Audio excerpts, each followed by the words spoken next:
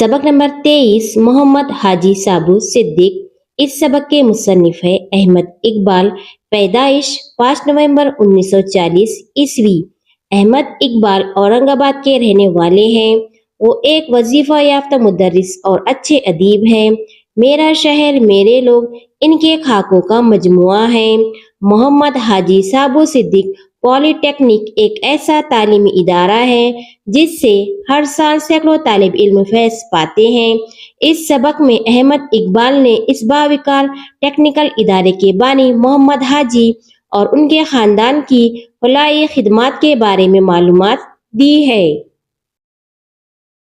आपने हातिम ताई का नाम जरूर सुना होगा। हातिम की सखावत, मेहमान नवाजी और दर्दमंदी के किस्से आज भी मशहूर है। वो जरूरतमंदों और गरीबों का हमदर्द और मददगार था। आज हम आपको मुंबई के एक ऐसे ही सखी और दूरअंदेश शख्स के बारे में बताते हैं। उनका नाम मोहम्मद हाजी और उनके वालिद का नाम साबू सिद्दीक था। मोहम्मद हाजी का इंतकाल 1908 ईस्वी में सिर्फ 23 साल की उम्र में हो गया था। इस कम उम्री में उन्होंने अवाम की फलाह व बहबूद के कई काम किए थे। आज से कोई 100 साल पहले मोहम्मद हाजी आप ही की तरह बच्चे थे। इनके वालिद साबू सिद्दीक शक्कर के बहुत बड़े ताजिर थे। ये वो जमाना था जब हमारे मुल्क में शक्कर के कारखाने नहीं थे। मार्शेस से शक्कर दरआमद की जाती थी। उनका कारोबार लाखों में नहीं करोड़ों में था। दौलत की फरावानी थी। घराना दीनदार था। उनमें दर्दमंदी और लोगों की मदद करने का जज्बा भी था। वो हमेशा लोगों के, खास तौर पर मुसलमानों के मसाइल जैसे गरीबी, मुफलिसी, बेकारी और तालीमी पसमानदगी के बारे में गौर फिक्र किया करते। वो सोचते थे कि मुसलमान नौजवान तालीम के साथ साथ कोई हुनर भी जरूर सीखे ताकि माशरे में बाइज्जत जिंदगी गुजार सके। जरूरतमंदों की मदद का जज्बा मोहम्मद हाजी को अपने वालिद से मिला था। जब मोहम्मद हाजी की उम्र 20 साल की थी, उनके वालिद का इंतकाल हो गया। वो करोड़ों की जायदाद और कारोबार के मालिक बन गए। मोहम्मद हाजी साबू सिद्दीक ने मिल्लत की भलाई के लिए सबसे पहले सनत व हरफत का स्कूल खोलने का इरादा किया। ये वो जमाना था जब मुल्क में कोई ऐसा स्कूल ना था जहां तुलबा को मुख्तलिफ किस्म के हुनर सिखाए जाते हो। मोहम्मद हाजी साबू सिद्दीक ने इस तरह के स्कूल के कयाम का इरादा ही नहीं किया, बल्कि इस अजीम मकसद के लिए 18 लाख रुपए बैंक में जमा करा दिए। इस जमाने में ये बहुत बड़ी रकम थी। 1936 ईस्वी में इस रकम से मुंबई में बाइका के करीब मोहम्मद हाजी साबू सिद्दीक टेक्निकल स्कूल कायम किया गया, जहां से तालीम हासिल करने के बाद हजारों तुलबा इज्जत और खुशहाली की जिंदगी गुजार रहे हैं।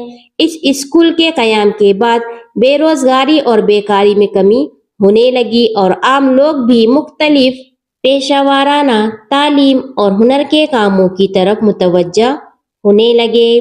मोहम्मद हाजी साबू सिद्दीक टेक्निकल स्कूल के कयाम के ठीक 10 साल बाद 1946 ईस्वी में मुंबई के मशहूर तालीमी इदारे अंजुमन इस्लाम ने इस स्कूल का इंतजाम अपने हाथ में ले लिया।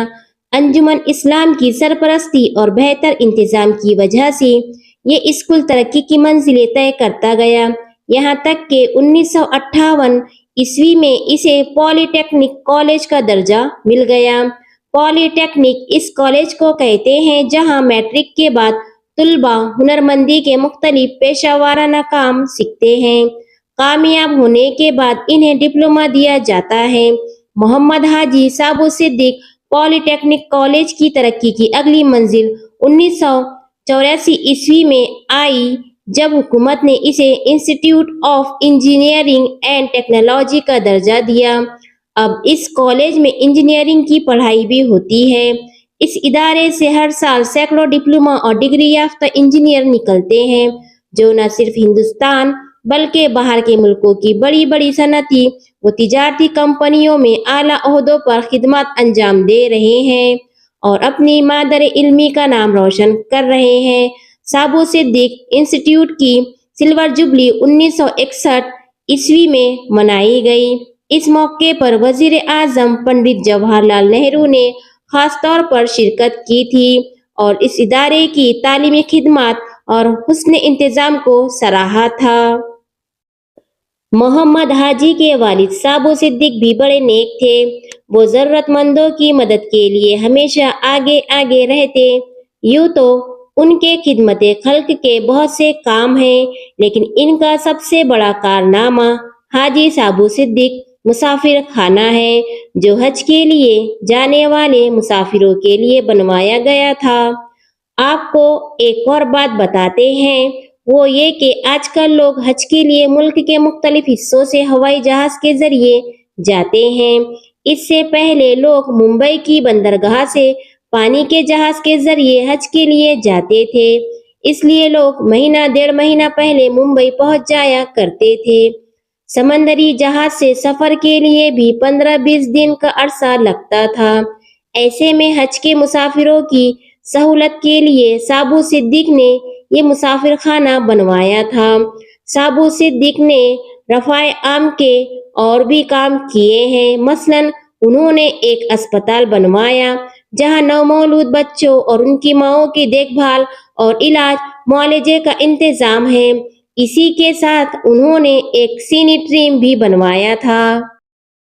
ان کے بھائی آدم صاحب نے ممبئی کے مدن پورہ میں بڑی مسجد بنوائی۔ انہی کے خاندان کی ایک خاتون نے بھی ایک مسجد تعمیر کروائی تھی۔ محمد حاجی سابو صدیق اور ان کے خاندان نے لوگوں کی بھلائی اور بہبود کے بہت سے کام کیے ہیں۔ اس خاندان نے اپنی فلاحی خدمات کا ایک ایسا ورثہ چھوڑا ہے جو ہمیشہ قائم رہے گا۔ ملک کے لوگ ان کے احسانوں کو آج بھی یاد کرتے ہیں اور ان کے حق میں دعائیں خیر کرتے ہیں۔